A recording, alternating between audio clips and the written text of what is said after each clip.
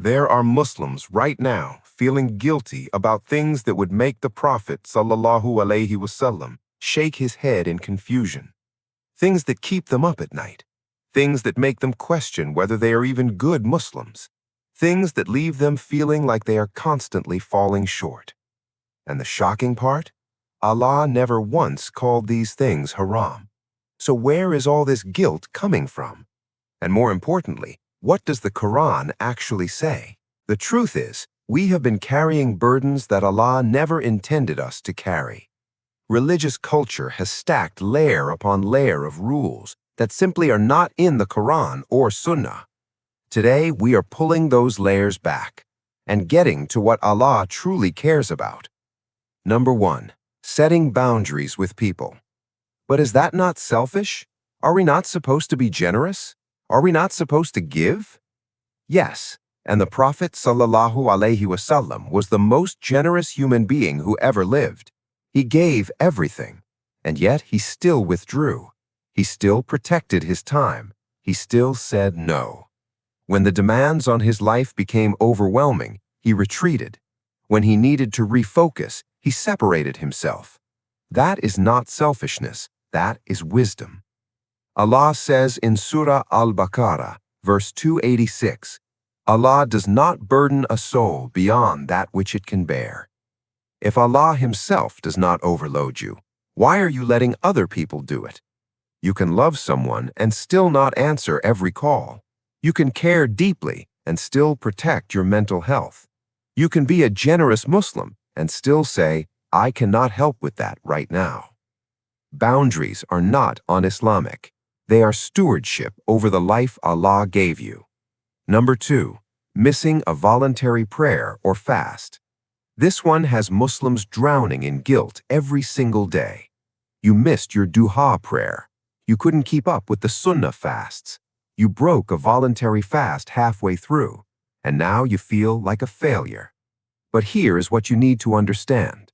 The fard, the obligatory, is what Allah commands.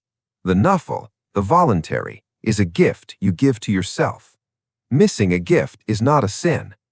The Prophet ﷺ said, the most beloved deeds to Allah are the most consistent ones, even if they are small. Not grand, not frequent, consistent, small. That is the standard.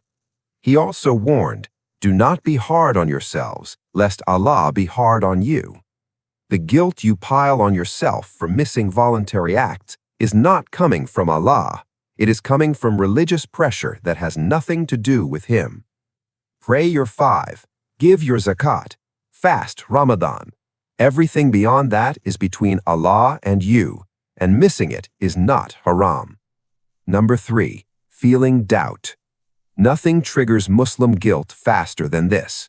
You question something, a ruling, a hadith, why something happened the way it did, and immediately the voice in your head says, bad Muslim, weak faith, shaitan got you. But look at the Quran. Ibrahim alayhi salam, Khalilullah, the friend of Allah, asked directly, my Lord, show me how you give life to the dead. Allah responded, do you not believe? Ibrahim said, yes, but I ask so that my heart may be reassured. Surah Al-Baqarah, verse 260. Ibrahim didn't just wonder quietly, he asked Allah directly, and Allah did not punish him, He answered him. Asking questions is not kufr. Doubting is not the end of your faith. In fact, wrestling honestly with hard questions builds stronger, more rooted Iman than blind acceptance ever could. Allah gave you a mind. He expects you to use it. Thinking is not the opposite of faith. It is part of it. Number 4, enjoying the dunya. Somewhere along the way, Muslims started believing that the more miserable you look, the more pious you are. That happiness itself is almost haram. That is not Islam. That is cultural guilt dressed up as religion. Allah says in Surah Al-Qasas, verse 77, seek through that which Allah has given you the home of the hereafter, and do not forget your share of the world. Do not forget your share of the world. That's in the Quran. The Prophet ﷺ loved good food. He had a sense of humor. He raced with Aisha. He enjoyed the blessings Allah gave him without guilt. Your career success is not worldly greed. It is using the talents Allah placed in you. Your joy on a good day is not heedlessness. It is gratitude expressed through living. Stop apologizing for having a life. Start asking Allah how He wants you to use it. Number 5. Not feeling anything in Salah. You stand up to pray and you feel nothing. No tears, no connection, no spiritual high. Just words moving through the motions. And then the guilt floods in. Real Muslims cry in Salah. Real Muslims feel it deeply. What is wrong with me? Here is the truth. Khushu, that deep presence and humility in Salah, is something that grows. It is not something you perform on command, and its absence in a given prayer is not a sin. The Prophet ﷺ said, "Pray as you have seen me pray." He described the physical actions. He did not say, "Feel a specific emotion or your prayer is invalid."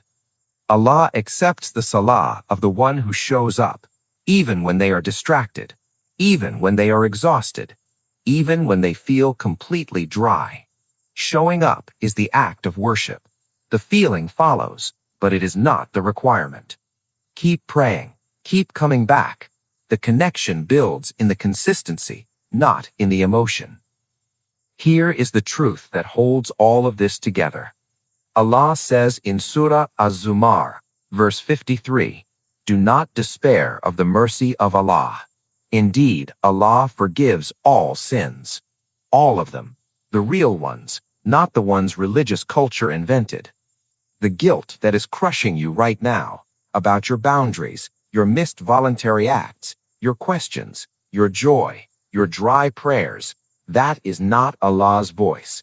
That is the weight of human expectation placed where only mercy was meant to live." The Prophet ﷺ described this Deen as ease, not hardship. Bukhari. Ease, not a life of permanent guilt over things Allah never condemned. If this lifted something off your chest today, share it with someone who needs this freedom. And if you want more content that goes back to what the Quran and Sunnah actually say, subscribe to this channel. We are not here to add more rules. We are here to point you back to Allah. Now go live free. You are more loved than you could ever earn.